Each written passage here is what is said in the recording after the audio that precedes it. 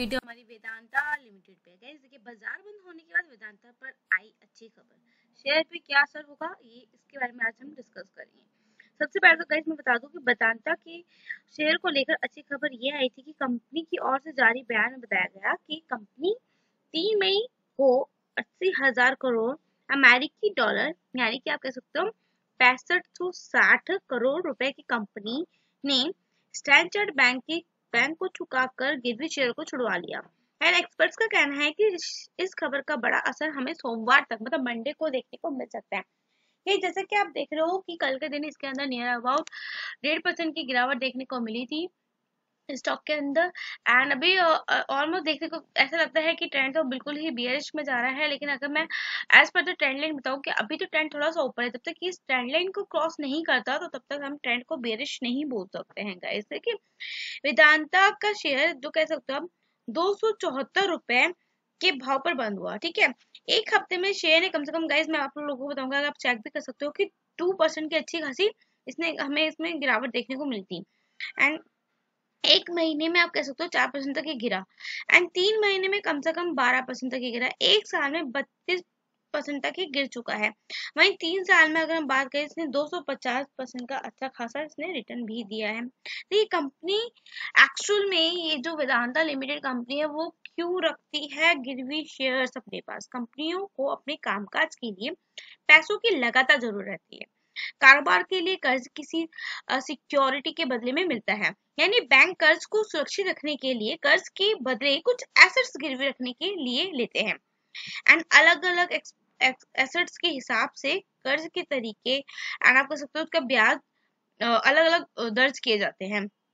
उसकी दरें होती है ब्याज की ना, उसके रेट मतलब कहते हैं कि लेवल होता है। ठीक है, इसमें जमीन, प्रॉपर्टी, मशीनें, गोल्ड, एफिडेविट और सॉरी एफडी और बाकी शेयर इसके अंदर आते हैं। शेयरों के बदले में कर्ज लेना लिस्टिंग कंपनियों के बीच बेहद आम है। अब आम बात आप सोच लो कि कंपनियों को अपना बिजनेस चलाने के लिए कर्ज लेना ही पड़ता है, लोन लेना ही पड़ता है। ज्यादातर कंपनी अपने बिजनेस को चलाने के लिए बैंक से लोन लेती है। कंपनी अपने शेयरों को बैंक में गिरवी रखती है और बैंक शेयरों के बाजार मूल्य के आप बाजार का जो वैल्यू होता है उसका एक रेशियो तय कर दिया जाता है, उसी के आधार पर कर्ज का ऑफर करते हैं। ठीक है, जो कि कंपनी के मुताबिक शेयर की कीमतों का 50 से 60% तक कुछ भी हो सकता है। तो गिरवी कर्ज रखने पर क्या क्या आप सोच सकते हो प्रॉब्लम्स आती होंगी। ठीक है, जब शेयर में इतनी तेजी से गिरावट आती है तो जो गिरवी रखे हुए शेयर्स होते हैं वो बाजार प्राइस में ही दिए गए कर्ज से नीचे पहुंच जाते हैं, जिससे बैंक को नुकसान होने का खतरा बन जाता है। ऐसे में लोन टू मार्केट आपके तो loan to market value ratio को बनाए रखने के लिए या तो कंपनी को और शेयर गिरवी रखने की जरूरत होती है या फिर उसे गिरवी शेयरों की संख्या घटाने की जरूरत होती है, जिसके लिए उसे लोन का पूरा या फिर आंशिक भुगतान करना होता है, ज्यादातर आप मान सकते हैं।